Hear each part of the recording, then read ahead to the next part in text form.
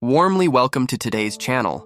We will be following the summary of the movie Pelé, The Birth of a Legend. In 1950, during the Fourth World Cup, we meet Deco, a boy who initially worked as a shoe polisher. However, he is soon called by his friends to play soccer, abandoning his job. They are clearly very poor children, playing with an improvised cloth ball. When they return home dirty after the match, Deco and his brother Zoka are discovered by the youngest, revealing that they were playing soccer. The mother becomes upset, disapproving of soccer.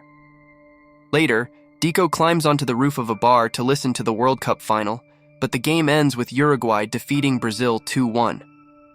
This leaves Deco saddened, and he cries upon seeing his father coming out of the bar with tears on his face. He commits to one day winning the World Cup for Brazil. However, his discouraged father advises him to focus on studying and set aside soccer. The next day, while Deco helps his mother, who works as a domestic servant, she asks him to finish cleaning the floor and leave the premises. Shortly after, a young man who lives there arrives and starts talking with his friends about soccer. Deco gets excited and expresses his desire to be like Pelé. However, the guys begin to mock him for confusing the nickname of a Vasco goalkeeper, which is Pelé, not Pelé, with sheer malice. Jose knocks over the bucket Deco was using to clean the floor, and Deco's mother arrives at that moment, apologizing to avoid trouble in her job, even though Deco did nothing wrong. Before leaving, Deco grabs a flyer for an amateur championship that those young men were talking about. On the day of the Bauru Championship, Deco finds a way to play secretly without his mother finding out. Yuri improvises uniforms for the team using a sheet from his house. However, Fofinho's uniform ends up being too small, so he decides to play without Fofinho after a few rounds. Deco's team manages to win several matches, but people's attention is focused on the Rays team, the same young men who had humiliated Deco. Jose notices that the boys don't have soccer cleats and starts mocking them. Deco suggests that they need to buy cleats, and Fofinho comes up with the idea of stealing bags of peanuts from a nearby truck to sell to the residents and raise money. The boys put the plan into action, and Jose arrives at their stall to mock Deco, calling him by the nickname Pelé. Irritated, Deco slaps Jose in the face, sparking a fight between the two teams. Later, Deco returns home with a bruised mouth and lies, saying that he was attacked by the teacher. However, Deco's father realizes the lie, but decides to cover it up, as he wants to support Deco's dream of becoming a professional player. In the championship final, Fofinho reveals that he managed to buy used cleats. During the team presentations, the announcer calls Deco Pelé because Jose lied about the boy's nickname to taunt him. The announcer mentions the presence of Waldemar de Brito, a famous player who represented Brazil in the 1934 World Cup. The game begins, and the Rays quickly score 4 goals. Upon realizing that his father is watching, Deco decides to take off the oversized cleats and play as he was accustomed to. He begins to imagine himself playing in his village, dribbling past several Rays players and scoring a fantastic goal, impressing everyone. Seeing Deco's attitude, his friends also take off their... Unfortunately, the Rays end up winning. However, the audience begins to applaud and call Deco by the name Pelé, highlighting his brilliant performance. Waldemar de Brito hands a card to Pelé's father, but he doesn't even notice it because the guys who were robbed arrive at the field and start chasing the boys. A heavy rain begins, and they run into the forest, separating. Thiago ends up twisting his ankle, and Pelé stays with him, hiding in a hole. Then, a landslide occurs, and Thiago gets stuck in the hole due to his injured ankle. The guys who were robbed hear Pelé's screams and run to help, but unfortunately, it's too late. Pelé tells everything to his mother, blaming himself for Thiago's death because he was the one who suggested buying the cleats, which led to getting involved in the robbery.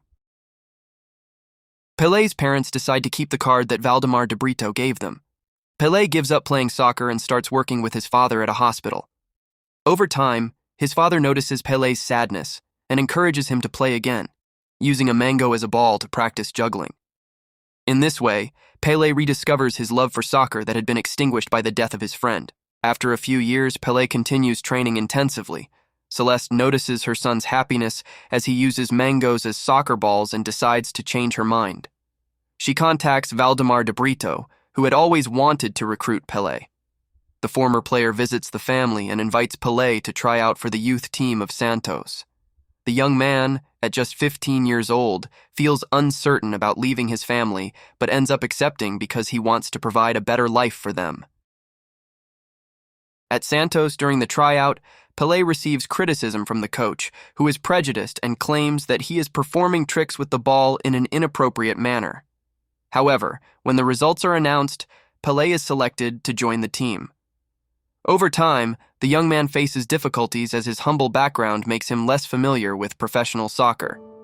Disheartened, Pelé tries to give up and escapes from the dormitory at night, but Valdemar, who was working late, follows him to the train station and asks what happened. Pelé reveals that the coach doesn't like him, stating that his dribbles and ball skills have a primitive style. Then, Valdemar shares the story of capoeira, developed by slaves in the 16th century. After the abolition of slavery in Brazil, descendants incorporated the flair of capoeira into soccer, performing these impressive moves with the ball. With this knowledge, Pelé feels proud of his roots and decides to continue playing for Santos. After a few days, a match takes place between Santos and Cubatão. Pelé's team is suffering a heavy defeat. However, he recalls the training sessions with his father and scores an incredible bicycle kick goal, even impressing the coach. From that point on, the young man gains more freedom to play in his own style and leads several victories for the Santos youth team. Soon, Pelé starts catching the attention of scouts and is promoted to the senior team. With this, he begins to receive a good salary and decides to visit his family, gifting his mother a new stove and his father a radio to follow soccer matches. The day of the call-up for the 1958 World Cup arrives, and Pelé receives the news that he has been selected to represent Brazil. However, at just 16 years old, he is apprehensive about potentially disappointing the Brazilian people. Later, Pelé meets his friend Yuri, who reveals that Fofinho has been arrested and is serving a 1-year sentence for continuing to commit thefts. Following this, the day arrives for Pelé to travel to Rio de Janeiro, having sewn a uniform with the name Pelé, embracing the nickname given by José. His father imparts valuable advice, disclosing that he also had a career in soccer but lacked enough faith in the style created by their ancestors, resulting in failure. In Rio, the young man meets Garrincha and Vavá, but discovers that he will be a substitute after discussing the lineup. To make matters worse, José has also been called up and doesn't waste time criticizing Pelé's style to the media, claiming that his own style, based on the Europeans, is superior. Following this, the national team coach orders the young man to cut his hair and prohibits him from playing in the Brazilian style. The coach aims to imitate the European style in the hope that Brazil will win the World Cup this time. The next day, training for the World Cup begins, and Pelé decides to play in the way his father taught him. However, he ends up suffering a knee injury. The doctor examines him and informs Pelé that he can only return to play in the next season, which means he will not participate in the World Cup.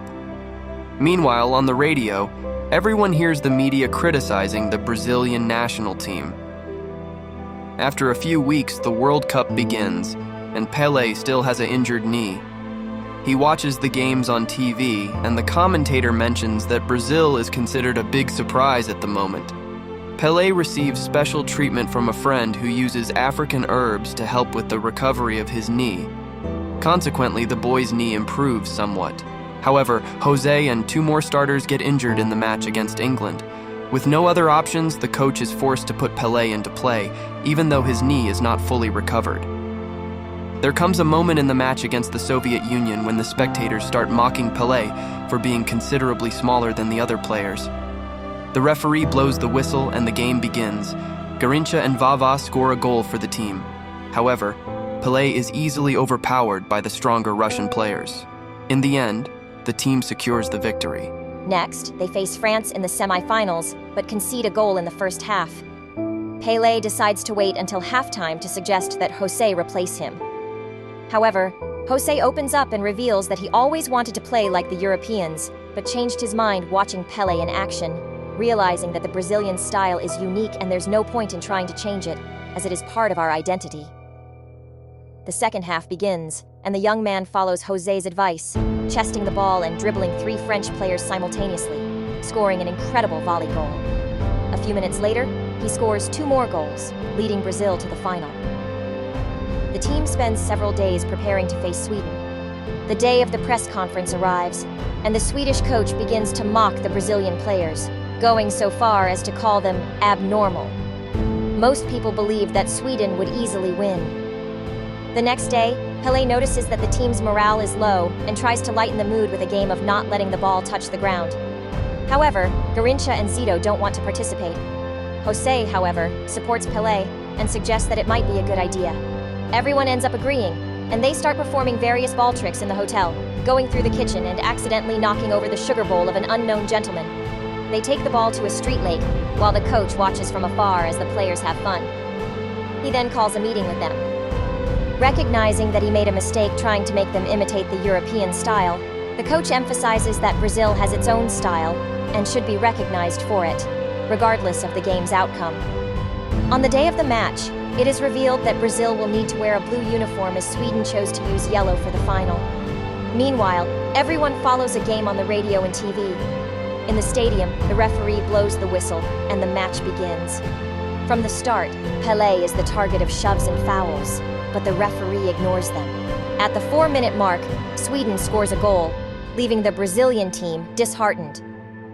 Determined not to repeat the outcome of the 1950 World Cup, Pelé overcomes the Swedish defense and assists with Brazil's first goal. Shortly after, Garrincha advances into the box, passes the ball to Vava, who scores a sliding goal. Commentators begin to praise the Brazilians' style of play, and shortly thereafter, Pelé scores another goal, followed by Zagallo, increasing the team's lead on the scoreboard. Meanwhile, Pelé's mother decides to give in and goes to the bar to watch the remainder of the match. On the field, Didi passes to Pelé, who scores a header and secures Brazil's victory in the World Cup with a score of 5-2. The team and the Brazilian people begin to celebrate with great enthusiasm. Thank you very much for watching. Leave a like, subscribe, and activate the notification bell for more.